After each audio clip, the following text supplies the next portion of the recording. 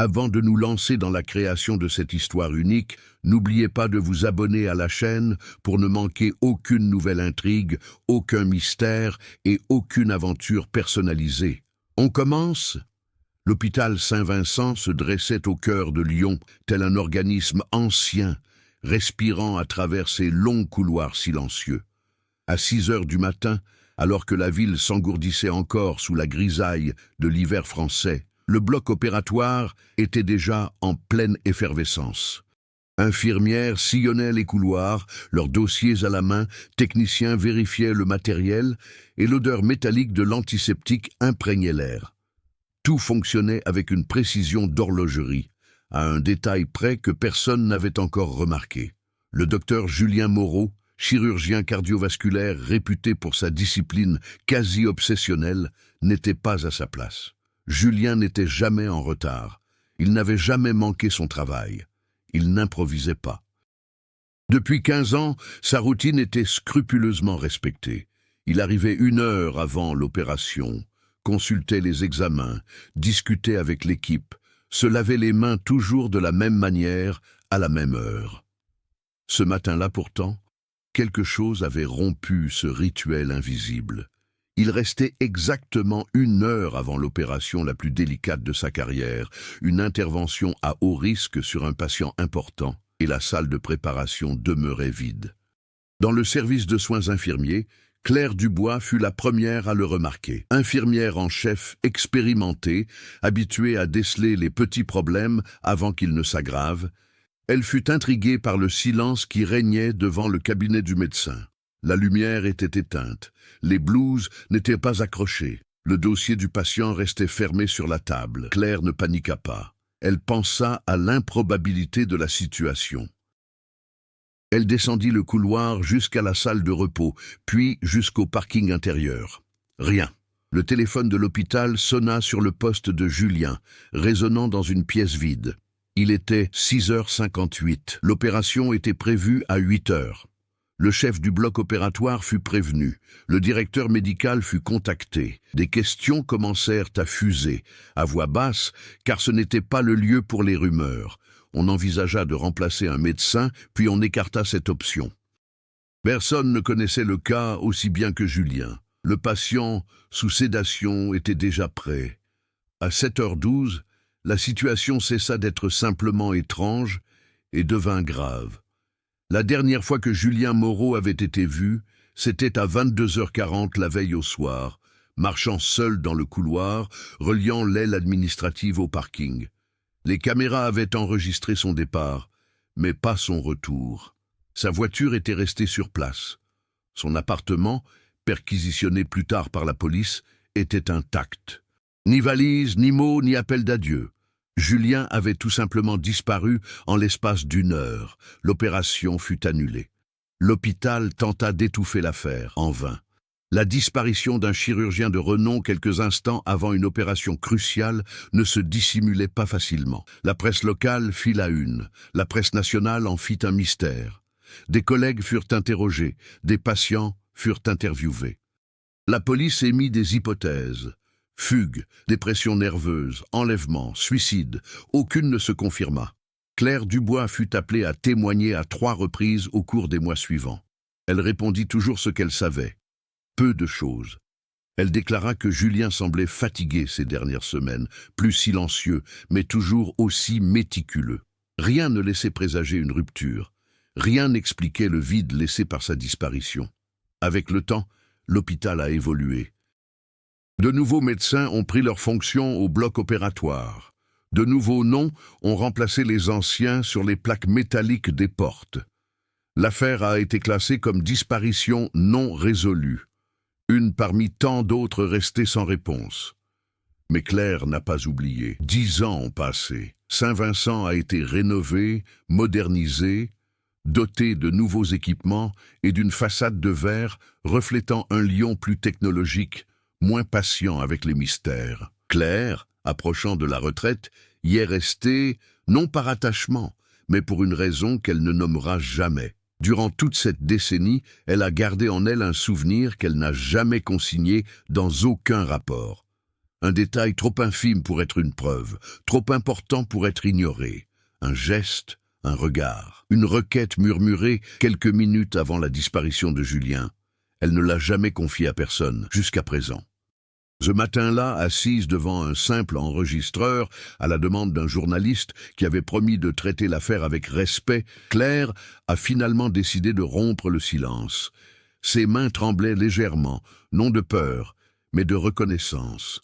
Le passé, si longtemps enfoui, réclamait désormais son espace. Avant d'appuyer sur le bouton d'enregistrement, elle prit une profonde inspiration. Elle savait qu'en parlant, elle ne se contenterait pas de rouvrir une affaire oubliée. Elle modifierait à jamais la façon dont chacun percevait la disparition de Julien Moreau, et peut-être même l'hôpital Saint-Vincent. Brune, ce sujet vous a-t-il convenu? Souhaitez-vous apporter des modifications, ton, rythme, détails, personnages, ou pouvons-nous passer au suivant? L'hôpital Saint-Vincent n'était pas un simple lieu de travail. Il fonctionnait comme un microcosme rigoureusement organisé où hiérarchie, réputation et silence avaient la même importance. À Lyon, les institutions médicales traditionnelles jouissaient d'un prestige quasi intouchable, et Saint-Vincent figurait parmi les plus respectés du pays. Tout échec était considéré comme une exception, jamais comme un symptôme.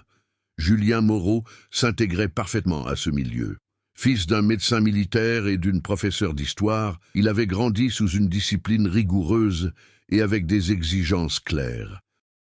Il n'était ni extraverti, ni charismatique au sens strict du terme, mais il inspirait confiance. Son autorité reposait sur la prévisibilité, des opérations longues, des décisions rapides, des erreurs rares. Ses collègues le respectaient non pas pour sa proximité, mais pour son efficacité. Claire Dubois l'observait de loin, depuis des années. Infirmière en chef, elle évoluait parmi les médecins, les internes et l'administration avec une neutralité acquise au fil des décennies. Elle savait quand parler et surtout quand se taire. Cette habileté lui permit de conserver son poste aussi longtemps que ses compétences techniques. Dans les mois précédant la disparition, l'hôpital traversait une période délicate. Un audit du ministère de la Santé a évalué les pratiques chirurgicales et les protocoles internes. Des rumeurs circulaient concernant des coupes budgétaires, d'éventuelles poursuites judiciaires et des pressions extérieures de la part des compagnies d'assurance maladie privées. Rien n'a été officiellement confirmé, mais un climat de vigilance régnait. Julien était directement impliqué, non pas comme cible, mais comme référence. Ces rapports servaient de modèle. Ces statistiques étaient présentées lors de réunions à huis clos. Pourtant, de petits changements commencèrent à apparaître dans son comportement, trop subtils pour inquiéter, trop évidents pour ceux qui le connaissaient bien. Il a commencé à consulter des dossiers médicaux en dehors de ses heures de travail. Il a annulé 2 rendez-vous personnels. Il a demandé l'accès à d'anciens dossiers concernant des interventions chirurgicales réalisées des années auparavant, dont certaines n'étaient même plus enregistrées dans les systèmes numériques. Interrogé, il s'est limité à des réponses objectives. Mise à jour, examen, rien d'urgent. Claire remarqua autre chose. Julien avait commencé à observer les personnes et non plus les procédures. Il fixait ses collègues du regard pendant plusieurs secondes de plus que nécessaire. Il interrompait les conversations dès qu'ils s'approchaient. Une fois, il demanda à un interne de quitter la pièce sans explication. L'interne obéit, mal à l'aise, mais sans poser de questions. Parmi les personnes qui gravitaient autour de Julien durant cette période, figurait le docteur Henri Lacombe, directeur médical de l'hôpital. Homme politique et méticuleux, il préférait les tableurs aux blocs opératoires. Lacombe voyait en Julien un atout précieux, certes, mais potentiellement problématique. Une trop grande excellence technique attirait parfois une attention indésirable. Il y avait aussi Élodie Renaud, anesthésiste senior, qui allait participer à des dizaines d'interventions avec Julien. Une professionnelle irréprochable, reconnue pour son sang-froid dans les situations critiques. Elle remarqua quelque chose de différent chez son collègue durant la dernière semaine. Une petite erreur de calcul, corrigée à temps, mais inhabituelle. Rien qui ne figurerait dans un rapport. Le paysage urbain lyonnais reflétait cette retenue. Rues anciennes et quartiers d'affaires modernes s'y côtoyaient. La ville préservait son histoire tout en dissimulant ses failles sous des rénovations constantes. L'hôpital suivait la même logique. La tradition primait sur des adaptations discrètes. La veille de sa disparition, Julien est resté à l'hôpital plus longtemps que d'habitude. Les archives indiquent qu'il a consulté des dossiers physiques entreposés au sous-sol dans une aile rarement utilisée et réservée aux documents antérieurs à la numérisation complète. Claire l'a vu quitter les lieux avec un fin dossier sans étiquette. Ce n'était pas interdit, mais c'était inhabituel. Elle n'a pas posé la question. Pas à ce moment-là. La relation entre Claire et Julien n'avait jamais été amicale. Elle était professionnelle, fonctionnelle. Pourtant, la confiance existait. Aussi, lorsqu'il l'aborda ce soir-là, parlant à voix basse, presque comme si tout l'immeuble pouvait entendre, Claire sut qu'il enfreignait tous les protocoles. Il n'a donné aucune explication, aucun contexte. Il a simplement demandé quelque chose de simple, et pourtant d'étrange. Que s'il ne venait pas le lendemain matin, elle se souvienne de l'heure, et de qui était là. Claire acquiesça sans comprendre. Plus par instinct que par logique. Après la disparition, chacun est sorti de son côté, mais restait prisonnier de la même prison intérieure. Lacombe a renforcé les contrôles. Élodie a demandé une mutation temporaire. Les résidents qui travaillaient avec Julien ont progressé dans leur carrière sans faire mention de l'affaire. Claire est restée. Pendant 10 ans, il a vu l'hôpital se réinventer tout en évitant ce couloir du sous-sol. Il n'est jamais redescendu consulter les anciens dossiers. Il n'a plus jamais posé de questions sur l'audit. Il n'a plus jamais entendu le nom de Julien Moreau, prononcé sans que la pièce ne devienne, ne serait-ce que quelques secondes, d'un silence pesant. Le monde qui nous entoure va changer. Les gens, pas tellement. Et ce que Claire portait en elle n'était pas seulement un souvenir.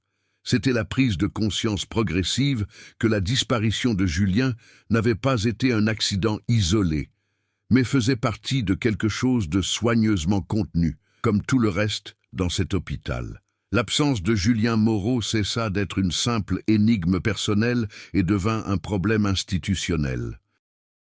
Dans les jours qui suivirent de sa disparition, l'hôpital Saint-Vincent fonctionna sous un régime de confinement non déclaré. L'accès aux portes nécessitait un badge supplémentaire. Les réunions se tenaient sans procès-verbal. Les conversations s'interrompaient dès que quelqu'un s'approchait de trop près. La police s'est concentrée sur les pistes les plus évidentes. Les enquêteurs ont visionné les images des caméras, interrogé les employés, retracé les cartes bancaires. Rien. La disparition semblait s'être produite dans une zone d'ombre, ni assez violente pour laisser des traces, ni assez volontaire pour laisser des indices.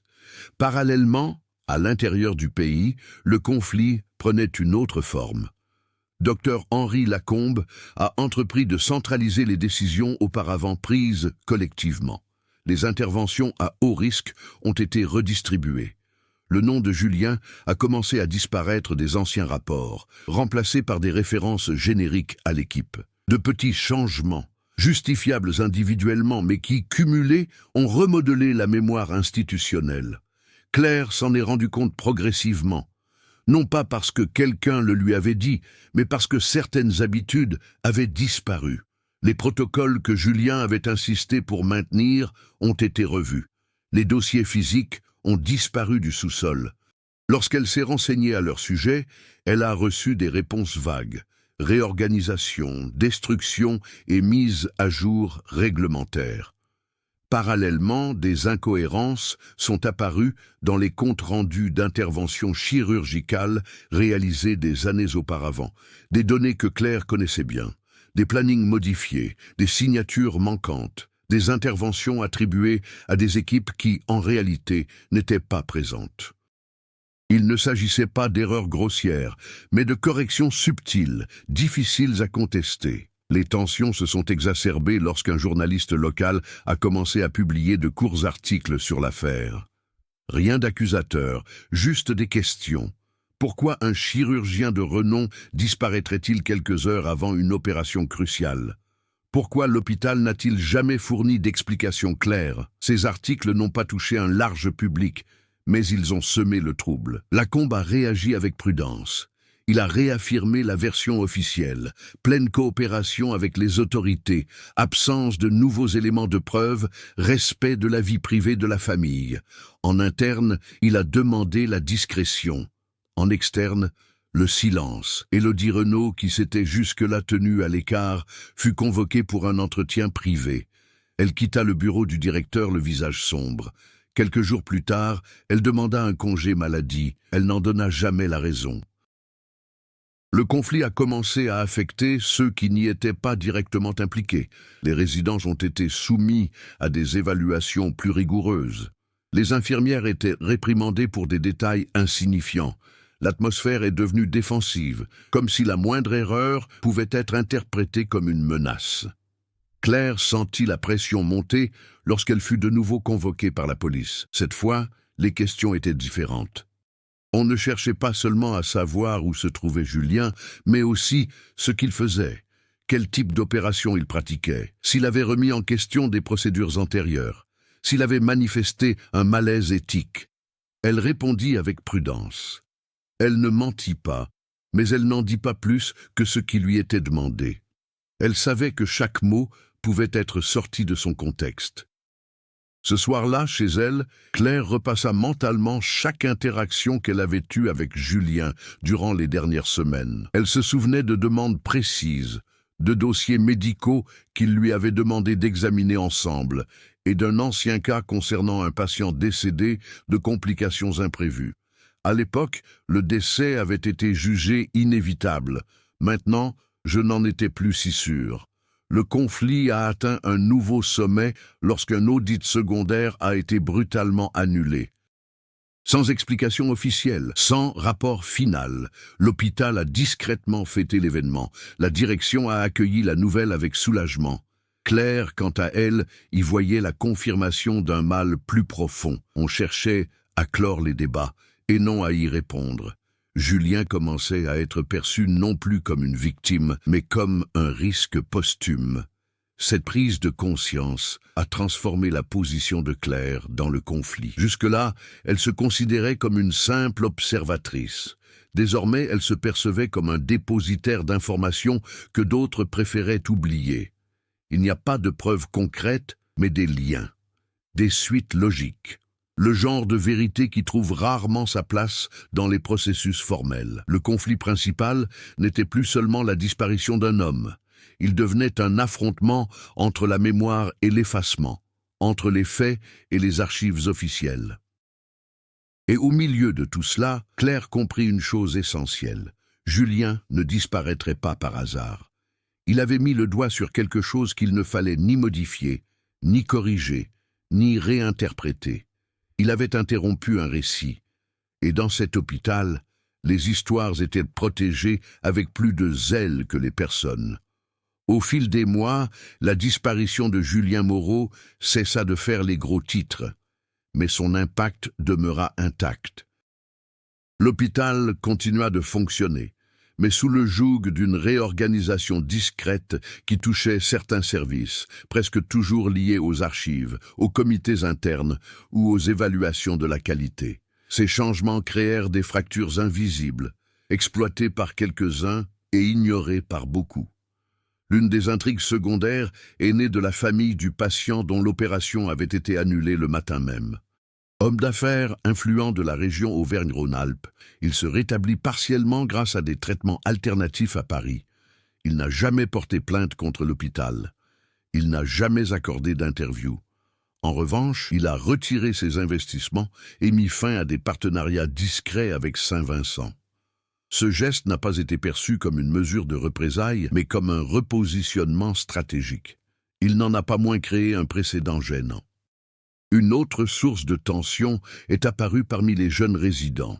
L'un d'eux, Mathieu Lefebvre, a commencé à poser des questions qui n'étaient plus posées. Il s'est intéressé aux anciens protocoles et a demandé l'accès aux données antérieures à l'audit annulé. Il ne cherchait pas à provoquer un scandale, mais simplement à comprendre les aspects techniques. Il a reçu 2 avertissements pour dépassement de ses responsabilités. Au troisième avertissement, il a reçu une évaluation négative qui a compromis sa progression. Claire observait de loin. Elle reconnut chez ce jeune homme la même agitation qu'elle avait commencé à percevoir chez Julien des années auparavant.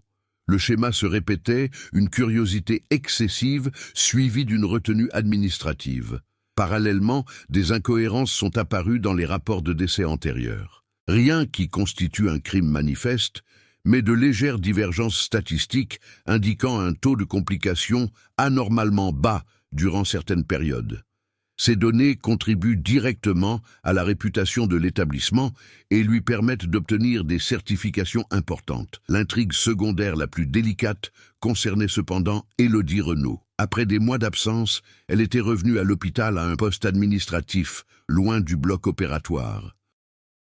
Elle évitait certains couloirs. Elle parlait peu.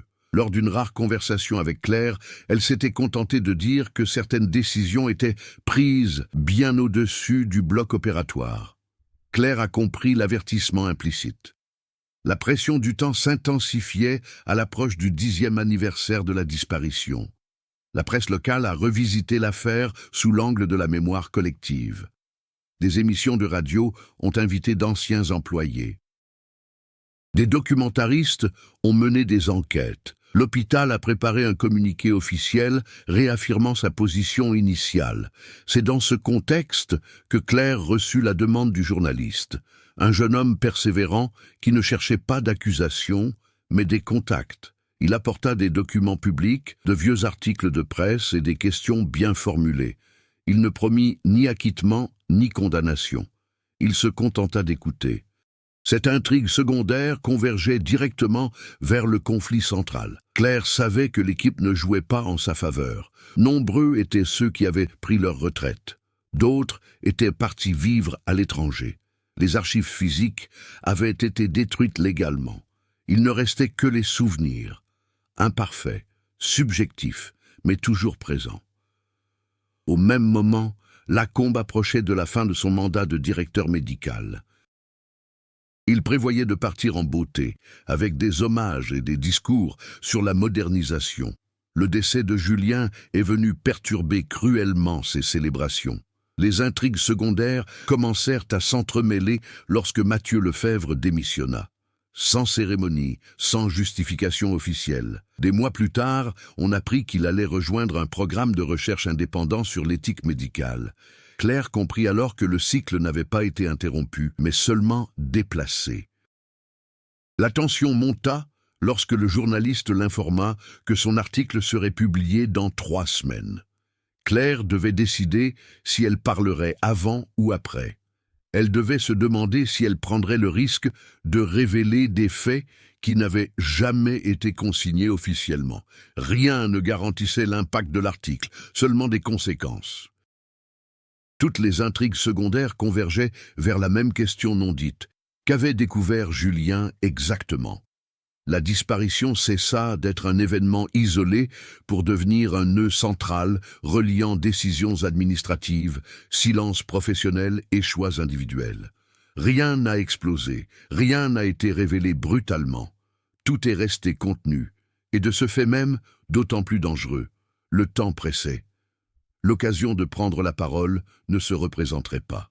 Et Claire comprit qu'en choisissant le silence pendant si longtemps, elle aussi faisait partie du système. Désormais, le moindre faux pas risquait de faire voler en éclats non seulement le discours institutionnel, mais aussi sa propre histoire au sein de celui-ci. La décision de Claire ne survint pas lors d'un moment dramatique, mais dans un intervalle en apparence banal. C'était en début de soirée, lorsqu'elle descendit, pour la première fois depuis des années, au sous-sol de l'hôpital Saint-Vincent. L'aile était partiellement désaffectée, servant uniquement d'entrepôt temporaire. Une odeur de vieux papier et de désinfectant rance persistait, comme si le temps s'y était arrêté. Claire ne cherchait pas de preuves matérielles. Elle savait qu'elle n'en trouverait pas. Ce qui l'avait amenée là, c'était la confirmation de ce qu'elle avait toujours soupçonné. La disparition de Julien n'était pas un événement isolé, mais l'étape finale d'une série brutalement interrompue. Elle ouvrit une pièce étroite et anonyme où des dossiers attendaient d'être classés. Dans une boîte sans étiquette, elle découvrit des rapports incomplets, des copies, non les originaux, des dates anciennes, des noms qui revenaient sans cesse. Des interventions à haut risque aux résultats officiellement irréprochables, mais accompagnées de notes manuscrites en marge. L'écriture était reconnaissable, entre mille.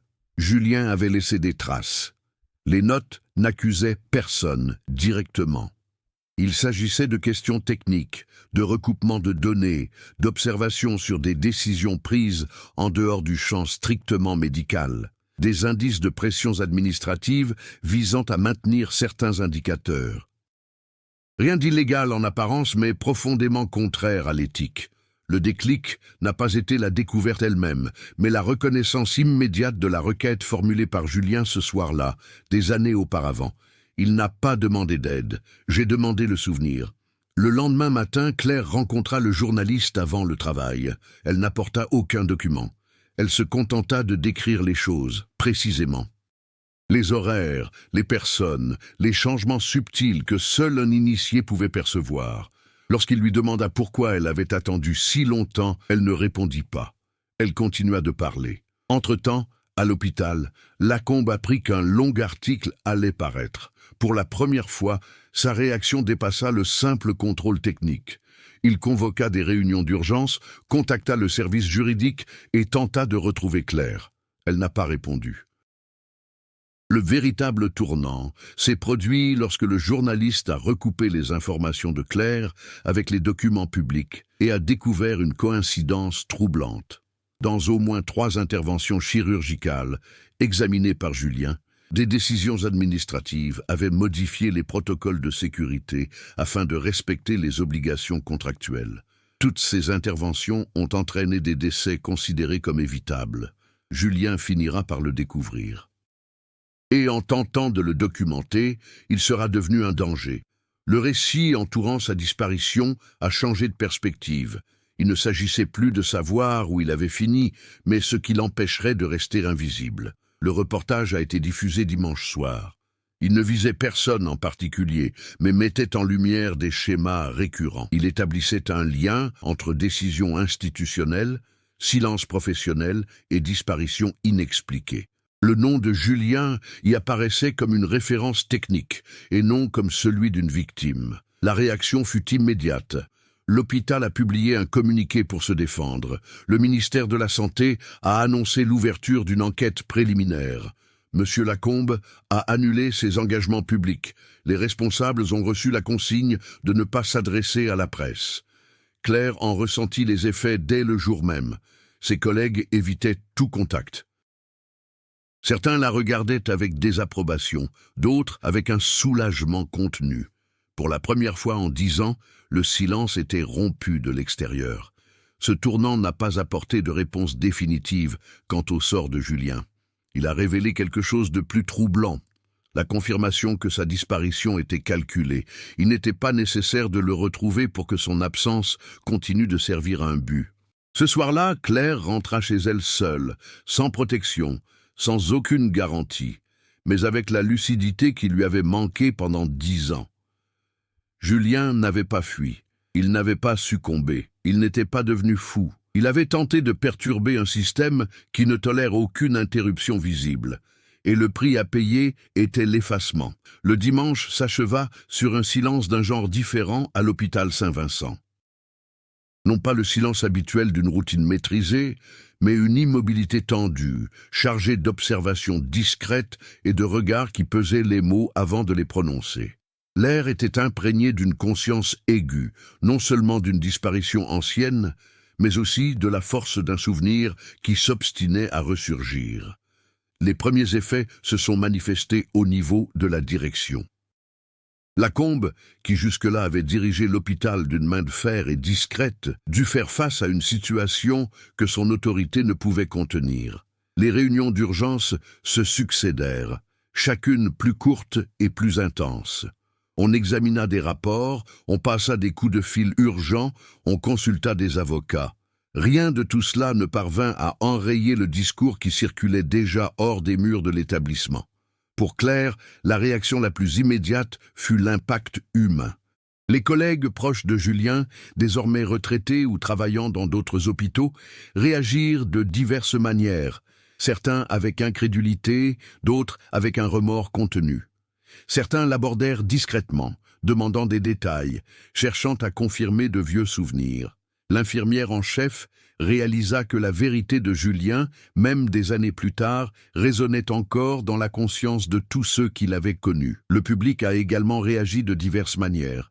L'article publié par le journaliste a suscité des débats dans des forums spécialisés, des associations de patients et sur les réseaux sociaux. Certains ont salué le courage du médecin et de l'infirmière, d'autres ont remis en question le retard pris dans la divulgation d'informations cruciales. Le récit, construit à partir de documents et d'archives publiques, a transformé cette disparition en un cas emblématique d'éthique médicale et de responsabilité institutionnelle. Au bloc opératoire, la dynamique changea instantanément. Des procédures autrefois quasi automatiques commencèrent à être remises en question. Les jeunes infirmières et les internes, auparavant soumis à l'autorité hiérarchique, se mirent à vérifier les protocoles, à consulter les données historiques et à analyser les précédents. Claire, observant discrètement, remarqua qu'une nouvelle génération commençait à agir différemment, s'inspirant du silence et du courage de Julien. L'effet sur la Combe fut particulièrement visible. Le directeur médical, habitué à manipuler discrètement les récits, se retrouva contraint d'agir sous le regard du public. Rendez-vous reportés, entrevues brèves et évasives, réunions internes plus fréquentes, tout cela pour préserver la réputation de l'hôpital. La frustration était palpable. Il savait que l'article n'accusait personne directement, mais il créait un contexte que nul ne pouvait ignorer. Pendant ce temps, Élodie Renaud se retrouvait confrontée à son propre silence. Les jours suivants révélèrent que le poids du secret l'avait affectée bien plus qu'elle ne l'avait imaginé. Elle reprit ses interventions chirurgicales avec une concentration renouvelée, évitant la routine. Chaque opération portait désormais le poids du souvenir de Julien, lui rappelant que les décisions administratives ne sauraient primer sur l'éthique professionnelle sans conséquence. L'intrigue secondaire concernant Mathieu Lefebvre commença elle aussi à prendre de l'ampleur. Ses études indépendantes sur l'éthique et les pratiques hospitalières, jusque-là isolées, entrèrent en dialogue avec le récit récemment publié. Claire comprit que les graines de questionnement semées des années auparavant par Julien germaient chez une nouvelle génération. La transmission du savoir ne reposait plus seulement sur des documents ou des rapports, mais aussi sur la mémoire vivante de ceux qui avaient été témoins des événements. L'effet le plus profond, cependant, ne se manifesta ni dans les couloirs, ni dans les archives. Il résidait dans la prise de conscience par Claire de sa propre responsabilité. Pendant des années, elle avait gardé pour elle, en silence, des informations susceptibles d'influencer les perceptions, les décisions, voire des destins. Ce tournant décisif lui montra qu'agir, même tardivement, pouvait avoir des conséquences considérables. Elle comprit qu'en partageant des détails avec le journaliste, elle n'avait pas seulement rouvert une enquête, mais aussi modifié les mentalités, les décisions et les attitudes à de multiples niveaux. D'un point de vue institutionnel, la conséquence immédiate fut une révision des protocoles internes, non annoncés officiellement, mais perceptibles pour ceux qui suivaient de près. Certains dossiers anciens furent réévalués, les procédures d'audit ajustées et de nouvelles directives, plus discrètes, commencèrent à être mises en œuvre. L'hôpital, sans admettre publiquement aucune faute, réagit. Mais le récit de Julien persistait. Planant sur chaque couloir, chaque décision. Sur le plan émotionnel, l'histoire résonna plus intensément chez Claire. Elle comprit que la disparition, qui lui avait paru énigmatique, servait désormais de point de repère, un rappel que des actes éthiques et un courage discret peuvent changer le cours des événements, même après 10 ans d'oubli. Julien n'était pas physiquement présent, mais son influence se faisait sentir dans chaque geste, chaque décision, chaque réaction à l'hôpital. Ainsi, la disparition qui n'était auparavant qu'un vide devint un catalyseur de changement. Les gens commencèrent à agir avec plus de conscience. Les décisions furent remises en question, et l'hôpital, bien que toujours imprégné de routines précises et silencieuses, portait désormais les marques visibles du souvenir, de la responsabilité et de l'éthique. À la fin de la journée, Claire était assise dans sa chambre, observant les couloirs éclairés d'une lumière jaunâtre. Elle savait que plus rien ne serait comme avant. Les conséquences de ce tournant n'étaient pas seulement extérieures, elles étaient inscrites dans le tissu même de l'hôpital, dans les attitudes et les décisions de chaque personne qui y passait. Et surtout, elles étaient gravées dans sa propre conscience. La conscience de celle qui, enfin, déciderait de briser le silence de Julien. Le lendemain de la publication de l'article, Claire ressentit une légère agitation. Aucune urgence physique, mais un bouleversement intérieur indéniable. Pendant des années, elle était restée invisible, observant, enregistrant, mémorisant. À présent, l'information étant débattue publiquement, elle éprouvait un étrange mélange de soulagement et de responsabilité renouvelée. Elle n'était plus seulement témoin, mais actrice du changement. L'hôpital commençait, lui aussi, à s'adapter à cette nouvelle réalité. Les procédures d'audit interne, auparavant menées avec une bureaucratie mécanique, bénéficiaient désormais d'une attention accrue. Les jeunes médecins et infirmières s'impliquaient activement dans les audits et les révisions de protocoles, remettant en question les pratiques obsolètes. Pour Claire, chaque question posée, chaque protocole examiné, confirmait que les actions de Julien et sa propre décision de s'exprimer portaient leurs fruits. Dans ce contexte de bouleversement, Claire comprit qu'elle devait affronter une réalité qu'elle avait évitée pendant 10 ans, se replonger dans ses souvenirs et ses sentiments liés à la disparition de Julien. Pendant des années, elle avait vécu avec cette douleur silencieuse, ce mystère et cette incertitude, sans laisser le poids des événements influencer ses décisions ni sa pratique professionnelle. Désormais, elle commençait à réfléchir au courage du médecin et à sa propre inaction prolongée. Cette introspection ne devint pas passive, au contraire, elle se mua en action. L'un des premiers défis fut d'affronter Lacombe de front. Le directeur médical refusait toujours une transparence totale. Claire organisa une réunion formelle, au cours de laquelle elle présenta les faits de manière concise, sans accusation, en soulignant les incohérences, les schémas de risque et l'importance de ne pas reproduire les mêmes erreurs. La tension était palpable. Lacombe tenta de détourner la conversation en invoquant des procédures et des responsabilités légales, mais Claire resta concentrée.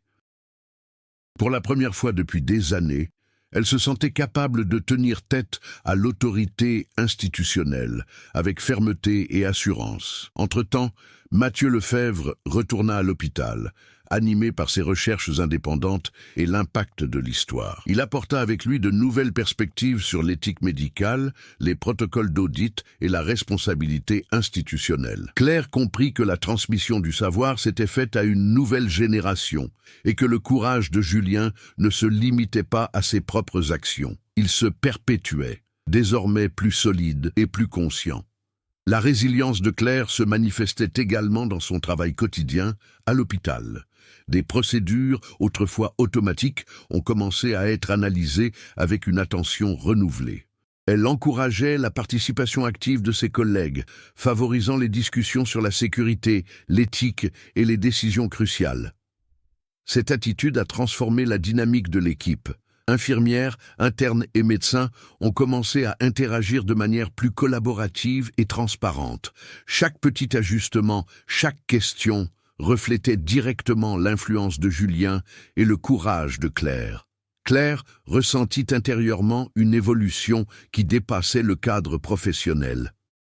L'expérience lui avait appris qu'un silence prolongé, même animé des meilleures intentions, pouvait contribuer aux injustices.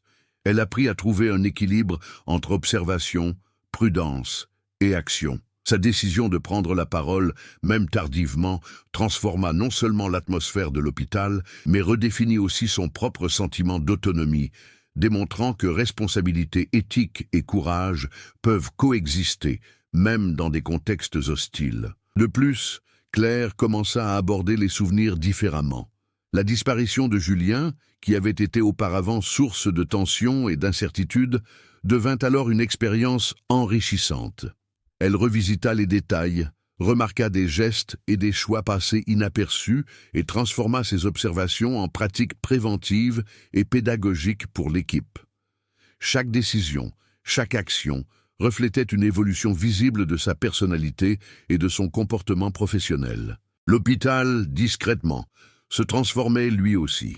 De petits protocoles furent ajustés, d'anciens dossiers examinés et les procédures d'audit renforcées. Le changement ne fut pas immédiat, mais progressif. L'impact des actions de Claire et l'héritage de Julien se faisaient sentir dans chaque couloir, dans chaque décision prise, comme un rappel constant que le courage et l'intégrité ont un effet durable. En fin de compte, le succès de Claire ne reposait pas uniquement sur son passé, ni sur ce qu'elle avait révélé. Il s'appuyait sur la transformation des pratiques hospitalières, le développement de l'équipe et la consolidation d'une culture qui valorise l'éthique et la responsabilité. Elle a compris que le véritable héritage ne réside pas seulement dans les actions visibles, mais aussi dans la capacité d'influencer durablement les comportements et les décisions futures.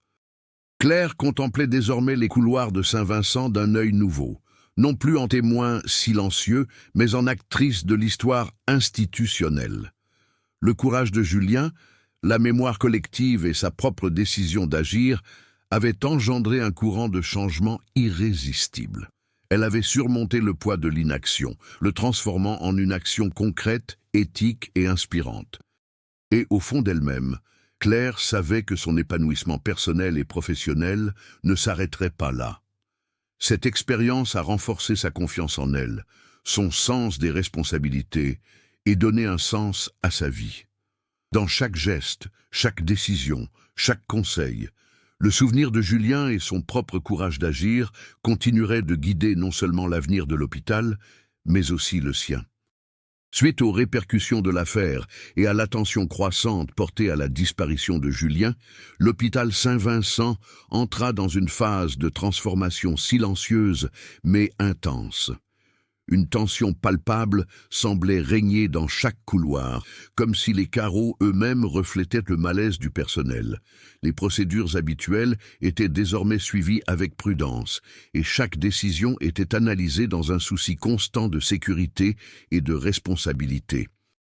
Claire, en particulier, ressentait chaque jour davantage le poids de ses responsabilités.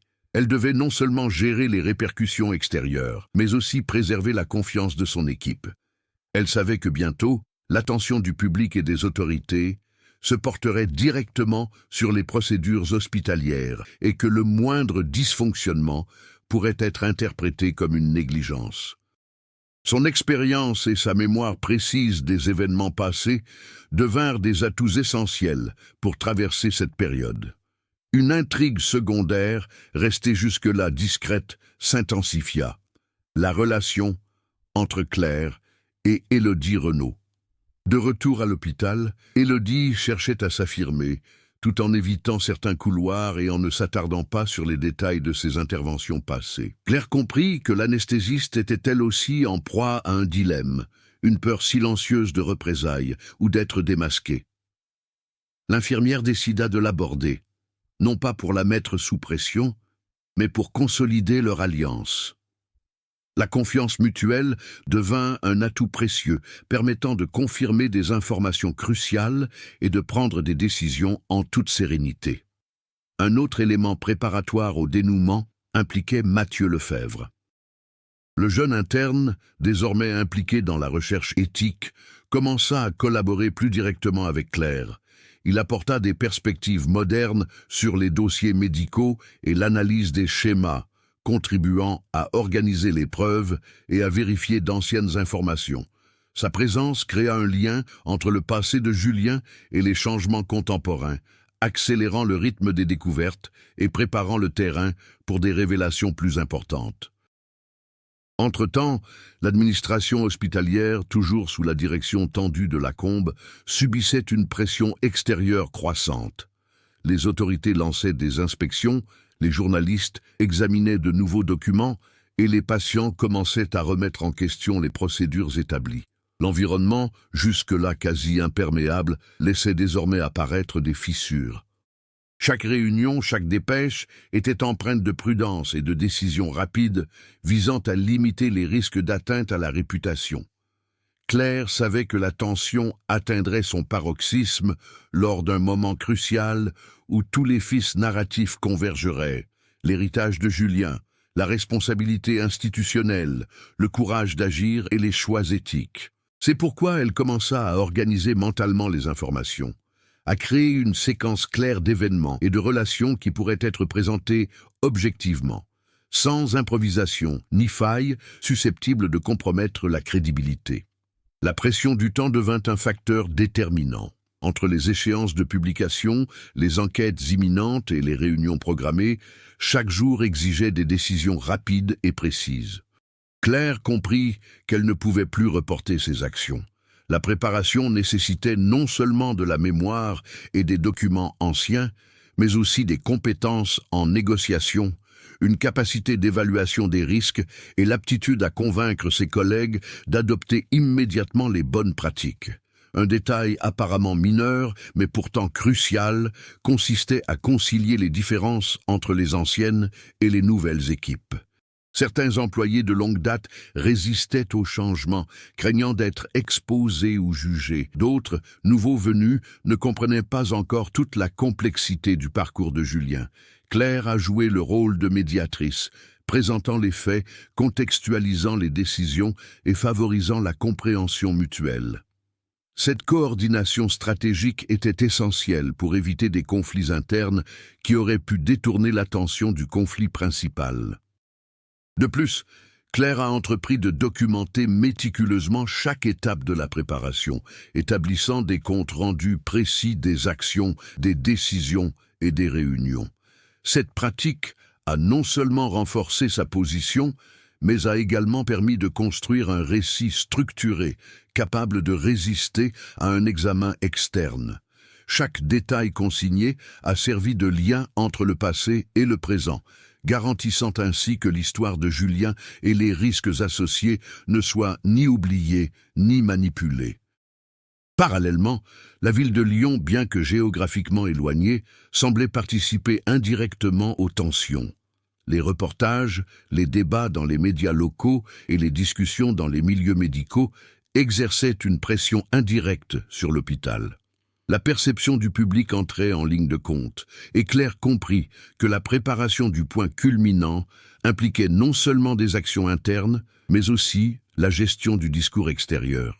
En définitive, la préparation de ce moment crucial consistait à harmoniser tous les éléments: la confiance entre collègues, les dossiers documentés, les intrigues secondaires résolues, les pressions institutionnelles et l'attention du public. Chaque détail accumulé au cours des mois précédents convergeait vers un point d'impact imminent. Claire sentait qu'elle était au seuil d'une phase critique, où des révélations pourraient altérer à jamais la perception de l'hôpital, du personnel et de l'héritage de Julien. L'accélération du rythme, la pression croissante et la coordination entre les différents acteurs ont préparé le terrain pour le moment décisif.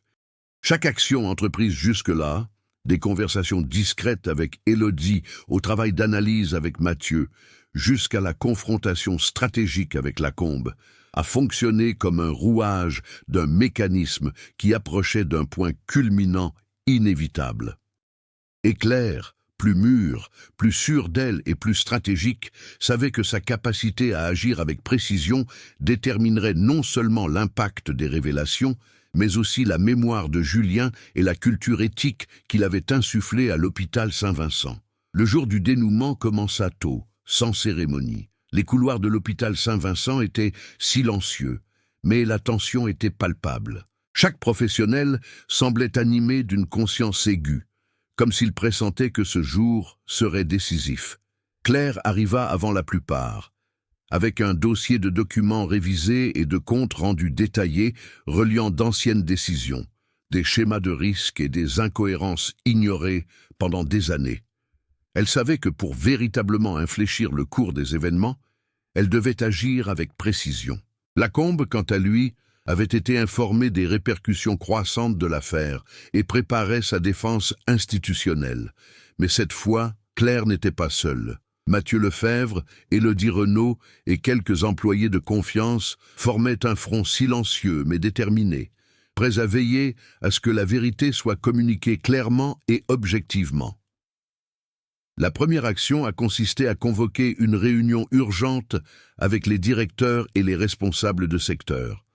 Claire a présenté les faits de manière concise. Les anciens documents, les notes manuscrites de Julien, l'examen des protocoles et les incohérences constatées. Chaque point était étayé par des preuves vérifiables. Elle n'a accusé personne. Elle a expliqué les tendances et les risques. La force de sa présentation résidait dans sa précision, sa clarté et le lien direct établi entre les actions et leurs conséquences. Lacombe tenta d'interrompre, détournant l'attention vers des subtilités juridiques et interprétant les remarques comme des suggestions d'examen interne. Mais Claire, désormais sûre d'elle, garda la maîtrise de la situation. Elle insista sur la nécessité d'une action immédiate et cohérente, soulignant que la réputation de l'hôpital et la sécurité des patients étaient en jeu. Sa position n'était plus seulement éthique, mais stratégique. Chaque mot, chaque geste renforçait son autorité et sa crédibilité. Parallèlement, Mathieu a présenté des analyses comparatives, révélant des tendances dans les décisions passées et mettant en évidence les risques et les impacts. Chaque diapositive et chaque donnée corroborait les observations de Claire, donnant une dimension visuelle et factuelle à ce qui n'existait auparavant que dans les mémoires et des documents épars. L'alliance de la mémoire institutionnelle et de l'analyse technique a transformé la réunion en un événement intense et marquant. Le moment décisif survint lorsqu'Élodie confirma, avec des détails précis, le déroulement des événements qui avaient conduit à la documentation des interventions chirurgicales modifiées. Son récit discret mais direct établit un lien entre les pratiques administratives et médicales, démontrant clairement que la disparition de Julien n'était pas un simple accident, mais une manœuvre visant à éviter des conséquences encore plus graves. Un silence absolu s'abattit sur la pièce. Chacun comprenait pour la première fois l'ampleur des révélations. Claire ressentit une transformation profonde en elle à cet instant précis. L'infirmière, qui jusque-là observait en silence, prit désormais la parole, énonçant les faits et les personnes, reliant passé et présent. Son attitude changea non seulement la perception de ses collègues, mais aussi la dynamique même de l'institution. Elle devint l'héroïne d'une histoire qui, pendant des années, avait été marquée par l'absence de voix. L'impact fut immédiat. Lacombe, réalisant qu'il avait perdu la maîtrise du discours institutionnel, tenta de minimiser l'affaire, mais la force de la vérité était indéniable. Des employés de différents services commencèrent à remettre en question les décisions antérieures, à discuter des protocoles et à proposer des améliorations. L'hôpital, presque spontanément, entreprit de se réorganiser selon une éthique qui avait été auparavant ignorée ou passée sous silence. À cet instant, Claire comprit que le point culminant ne se limitait pas à cette réunion. La transformation s'opérait à plusieurs niveaux, personnel, institutionnel et collectif. Elle était parvenue à traduire le souvenir de Julien en actions concrètes, ouvrant des canaux de communication et de réflexion restés bloqués pendant des années. Chaque geste, chaque mot, soulignait l'importance de l'intégrité et de la responsabilité. À la fin de la réunion, un sentiment de changement profond régnait. Non seulement les anciens problèmes avaient été mis au jour, mais des solutions commençaient à émerger. De nouveaux protocoles furent établis, les audits renforcés, et l'équipe, auparavant dispersée, travaillait désormais de concert. Claire, quant à elle, prit conscience de sa propre évolution. D'observatrice silencieuse, elle était devenue un acteur clé d'un changement significatif. Ce point culminant apporta également la révélation finale concernant Julien, non pas physiquement, mais à travers son héritage. Les notes, les archives et les actions silencieuses qu'il avait entreprises des années auparavant étaient désormais visibles, compréhensibles et respectées. L'absence de Julien s'était muée en une présence éthique. Son courage, bien que reconnu tardivement, influençait les décisions, les comportements et la culture institutionnelle. Au crépuscule, Claire parcourut les couloirs illuminés par le soleil couchant. L'hôpital, malgré ses procédures routinières et rigides, vibrait désormais d'une énergie différente.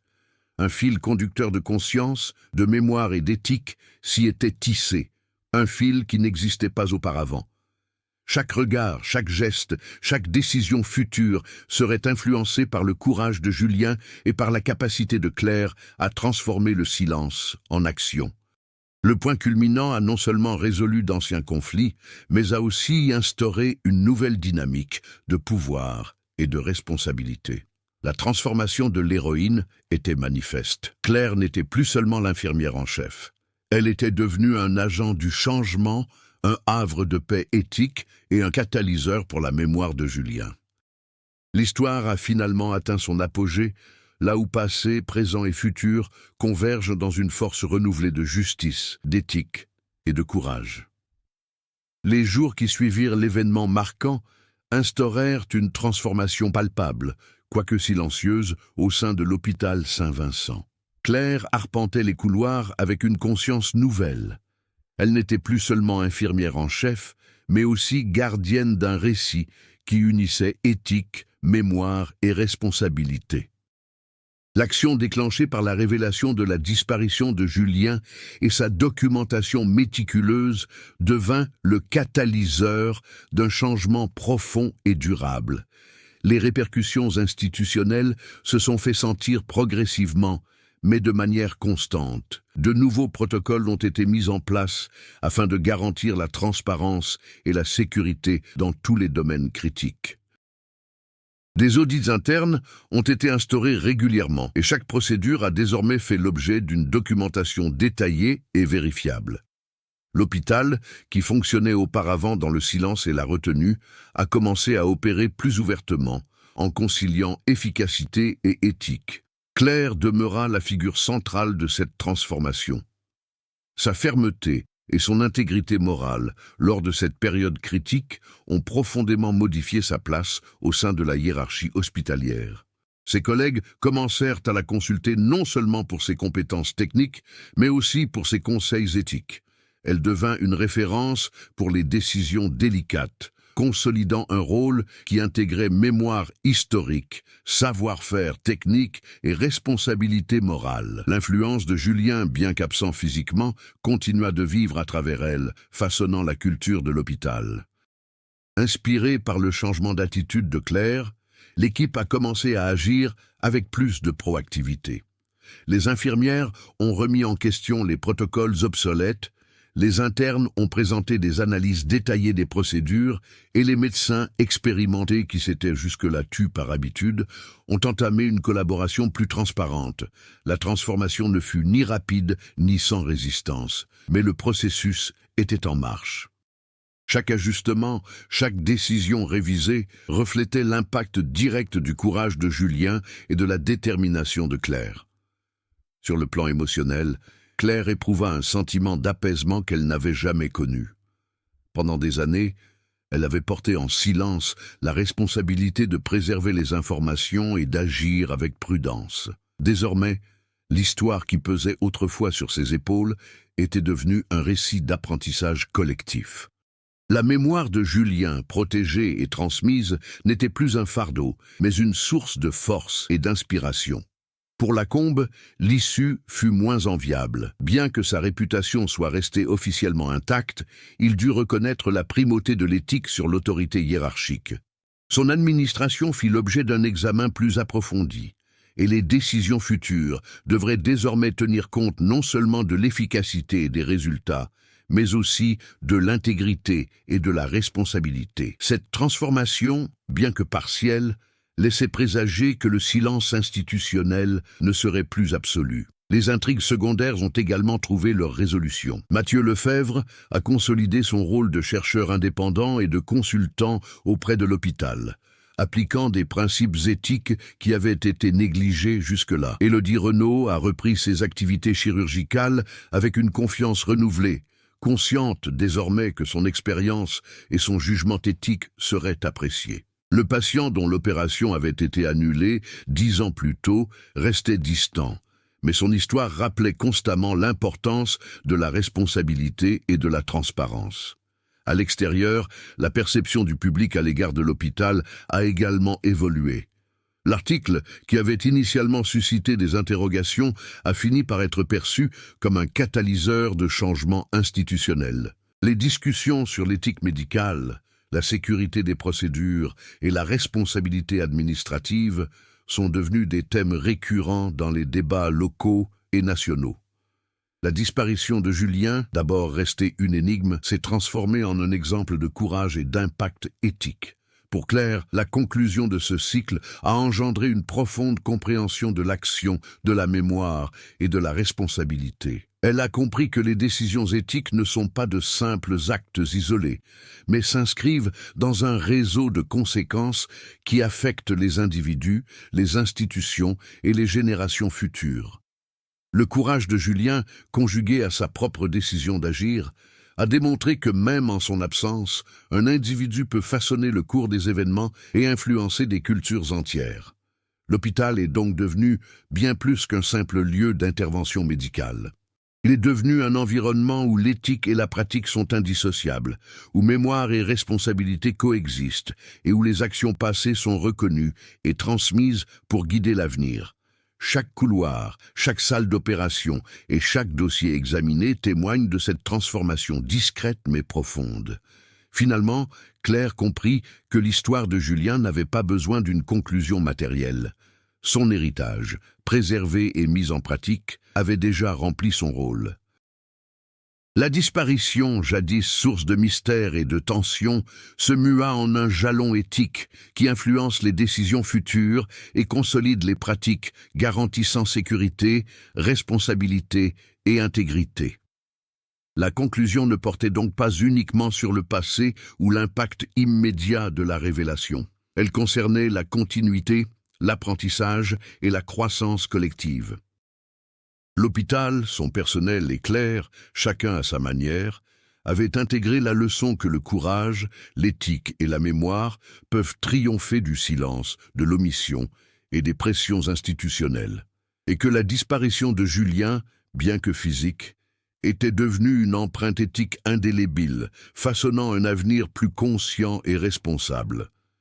10 ans après la disparition de Julien, l'hôpital Saint-Vincent avait profondément changé. Claire, devenue un modèle d'éthique et d'administration, arpentait les couloirs avec l'assurance de celle qui avait su transformer le silence en action. Mathieu mettait en pratique ses recherches en éthique médicale, tandis qu'Élodie inspirait les jeunes anesthésiologistes par son exemple de rigueur et de responsabilité. Le souvenir de Julien demeurait vivant, non comme un mystère, mais comme un héritage. Un rappel constant de courage, d'intégrité et d'action. Chaque décision prise à l'hôpital, chaque protocole révisé, portait l'empreinte de sa présence invisible, témoignant que, même en son absence, il avait à jamais marqué l'histoire. L'histoire de Julien et Claire dépasse le simple cadre d'une disparition. C'est une invitation à réfléchir à l'éthique, à la responsabilité et au courage. Réfléchissez à la façon dont de petits gestes peuvent engendrer de grands changements et comment le silence, même par protection, peut avoir des conséquences durables. Partagez ce récit, abonnez-vous à la chaîne, discutez-en avec vos collègues, votre famille et vos amis. Et réfléchissez à la manière dont vous pouvez appliquer ces principes dans votre vie professionnelle et personnelle. Inspirez-vous de l'héritage de Julien, posez des questions, remettez en question les pratiques et valorisez l'intégrité. Chaque geste conscient contribue à transformer les réalités et à préserver la mémoire de ceux qui ont agi avec courage.